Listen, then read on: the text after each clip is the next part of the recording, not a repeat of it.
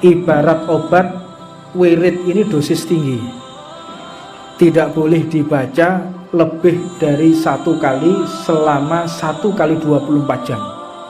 Orang kalau baca wirid ini, kalau nggak tahan biasanya temperamen ngamuan.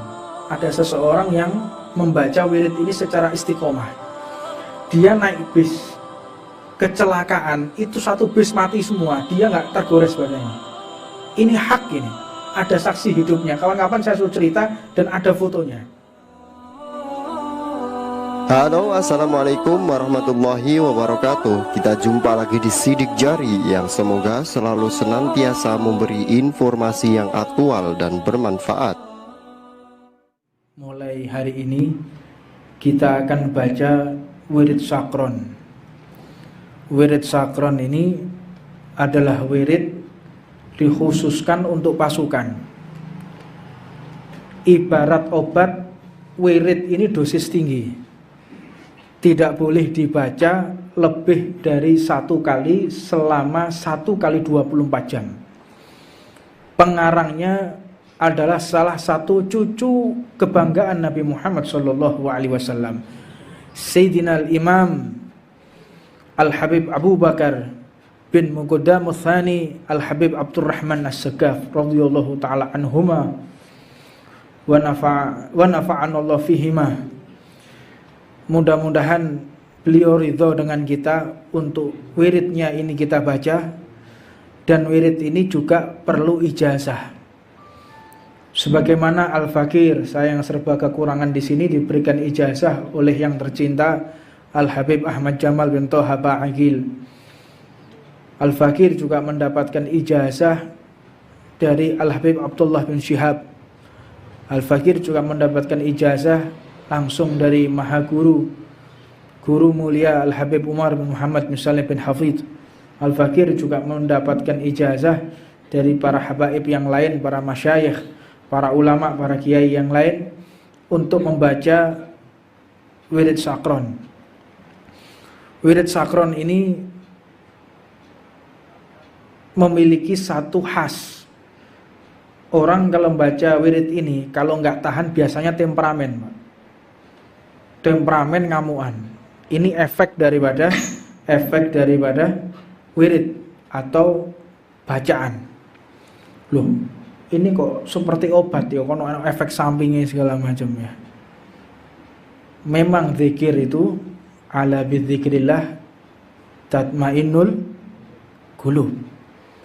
Zikir kepada Allah itu untuk menenteramkan hati. Lah kok bisa tentram? Ya karena berzikir kepada Allah. Padahal cuman membaca, tidak ada yang namanya menenteramkan hati. Kok bisa dengan zikir? Mestinya menenteramkan hati orang itu menjadi tenang, yang gawe obat ya, obat penenang. Makanya bisa tenang. Efek doa itu ada, efek wirid itu ada. Nah, di antaranya wirid yang kita baca ini wirid dosis tinggi.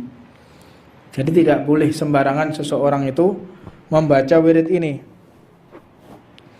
Sebab perlu ijazah, maka di kesempatan ini saya akan berikan ijazah. Nanti sama-sama mengatakan gobilna ijazah.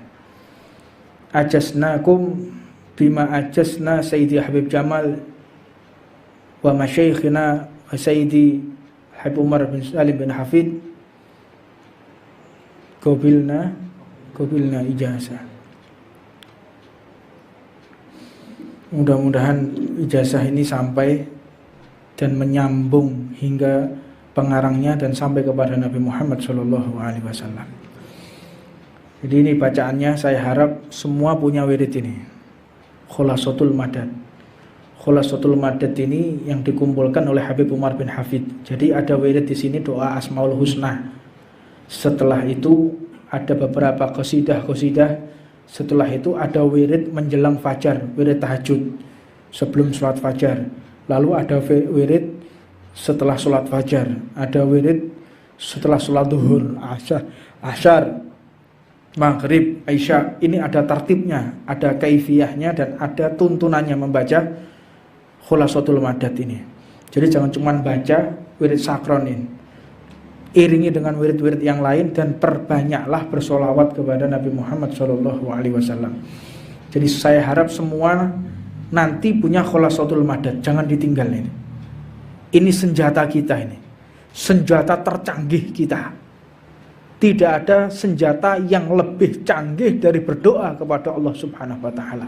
Mereka punya nuklir, mereka punya bom, mereka punya pesawat. Tidak ada sedikit pun yang bisa mengalahkan wirid kepada Allah Subhanahu wa taala. Buktinya apa? 10 November. 10 November. Mbah Wahab Hasbullah berdoa ambek nggawa kacang hijau. Lho, tank lho disawat mbek kacang hijau sambil meledos. Ini fakta ini. Di dalam artikelnya satu majalah Surabaya of Heritage di tabloid Belanda itu masih ada sampai sekarang. Bagaimana sesuatu yang gak masuk akal bisa terjadi pada 10 November. Kuncinya pada apa? Doa silahul mukmin atau muslimin. Doa ini senjata bagi orang beriman kepada Allah Subhanahu wa taala. Jadi wirid ini benar-benar kita baca nanti setiap hari, tapi ojo sampai 2-3 kali. Terutama sing durung duwe bojo, tolong.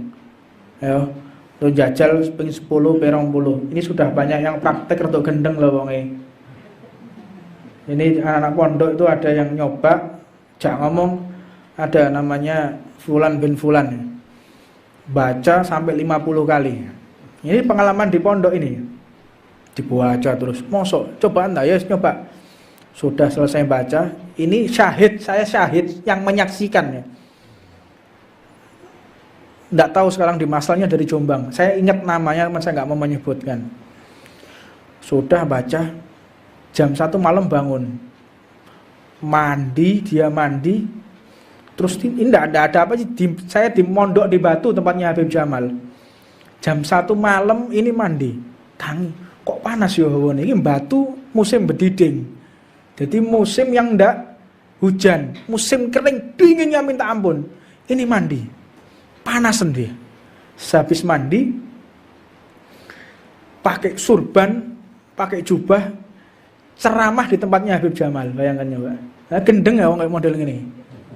Assalamualaikum warahmatullahi wabarakatuh. Kaget saya. Iki apa arek iki? Anak di pondok bingung kabeh lihat.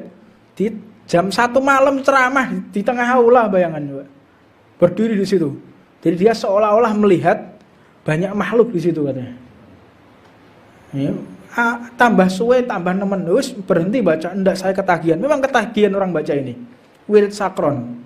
Makanya wirid yang mabuk, sakron, yang kita lalai, maksudnya itu menghilang ya.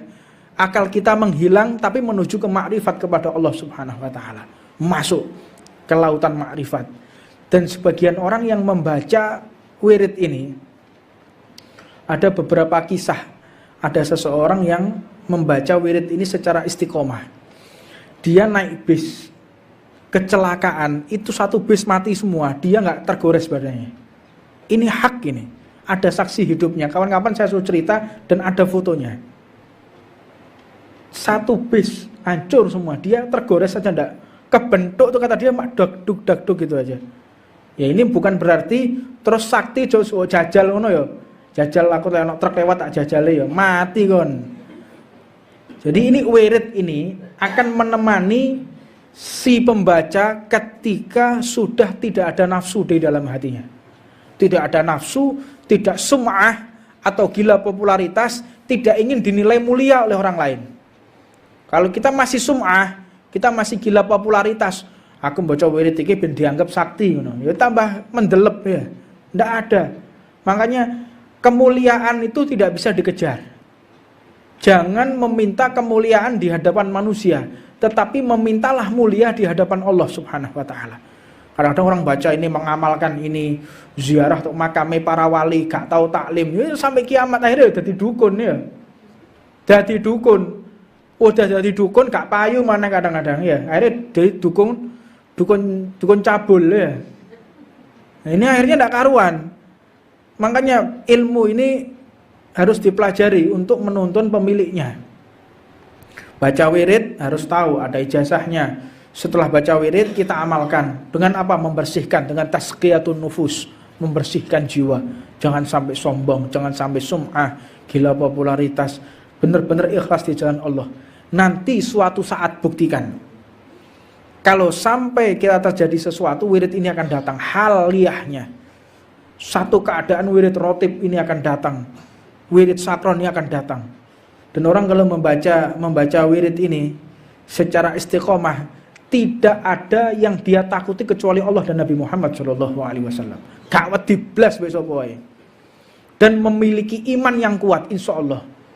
Niat baca wirid ini untuk jihad di jalan Allah, untuk membentengi diri kita, membentengi keluarga kita, membentengi umat Islam. Jadi bukan untuk kita bangga-banggaan, bukan untuk kita agar mendapatkan pujian dari orang, enggak. Justru akan membuat engkau dihinakan oleh Allah Subhanahu wa taala. Jadi niat baca wirid ini benar-benar karena Allah Subhanahu wa taala.